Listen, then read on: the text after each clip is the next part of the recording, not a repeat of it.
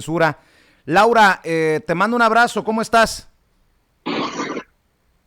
Muy bien. Aquí Vicente, pues escuchando este preámbulo que haces pues, el intento que hice, no quise desperdiciar la oportunidad de hacerme presente, avisé desde anoche de mi intención de acudir y bueno, debo de ser franca que desde anoche me decían que era complicada el acceso porque pues por las medidas sanitarias es muy restringido el número de personas que accede.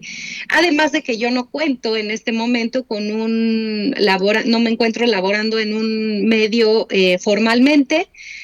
Sin embargo, bueno, pues les dije que tenía yo un alcance y una cercanía con varios medios con los que suelo informarme, como son Aristegui Noticias y La Octava. Entonces, ahí estuvimos y afortunadamente a través de Hans Salazar, a quien le agradezco encarecidamente que haya tenido la oportunidad de usar la voz y de emplear el tiempo que tenía para formular preguntas en reproducir la que yo había mandado.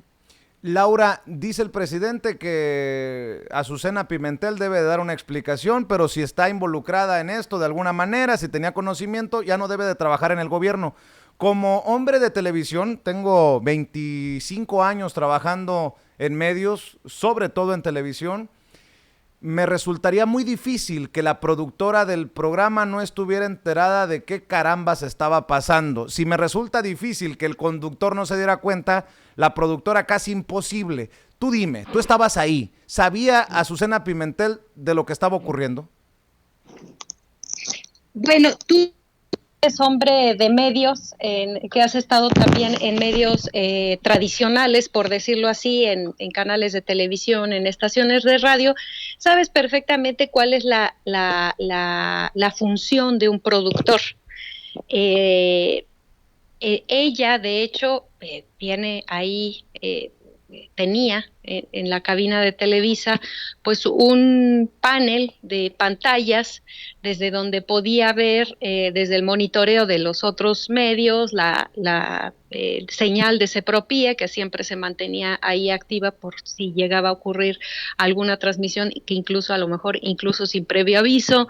Y bueno, se tenían entre ellas pues también las fuentes de información, de video de la propia televisora, entre ellas el envío que estaban haciendo desde ese entonces, pues tú te recordarás antes para hacer una transmisión en vivo se requerían pues toda una parafernalia de cosas, entre ellas una unidad móvil. Eh, la señal vía satelital, etcétera, y ellos fueron los primeros en llegar, en obtener las imágenes en directo.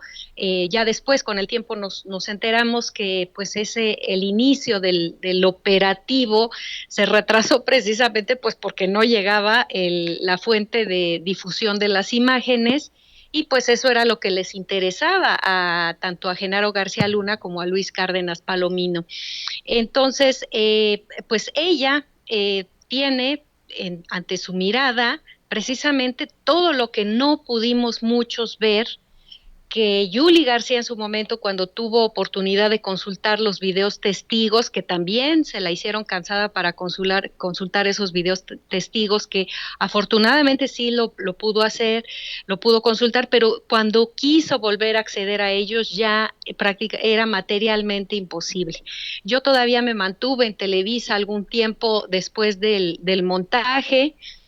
Yo salí en agosto de 2006, cuando en la víspera de que se oficializara el fraude electoral a través del Tribunal Electoral del Poder Judicial de la Federación, y también intenté tener acceso y ya no estaban. Hay una reserva, entre ellos la conversación que en su momento se divulgó en el sexenio de Ernesto Zedillo entre dos hermanos Salinas, Adriana y Raúl, con una discusión muy acalorada. Bueno, pues decían que el montaje de encabezado por Carlos Loret y Azucena Pimentel, pues ya había pasado a ese archivo ultra secreto, en donde se encontraban materiales como el que te digo, sumamente secretos y bajo resguardo de la vicepresidencia que encabeza Bernardo Gómez.